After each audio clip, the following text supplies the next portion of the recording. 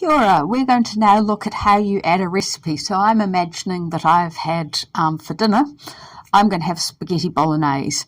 So if we look at this, I've added bolognese sauce into my recipes. And we look down this and we see that this is a pretty standard bolognese recipe. It's got some onion, it's got some garlic, it's got some mince, it's got some herbs, it's got some tomatoes, and it's even got some Parmesan cheese to add to it.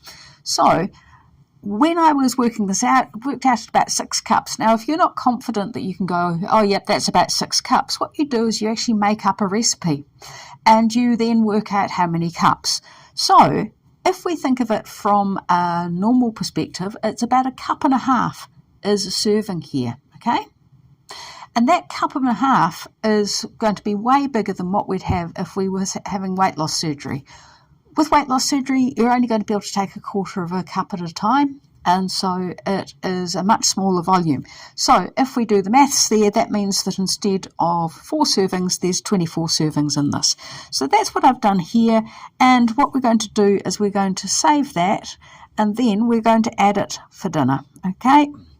And we're going to add that, and in my recipes, we've got bolognese sauce, and we've added it.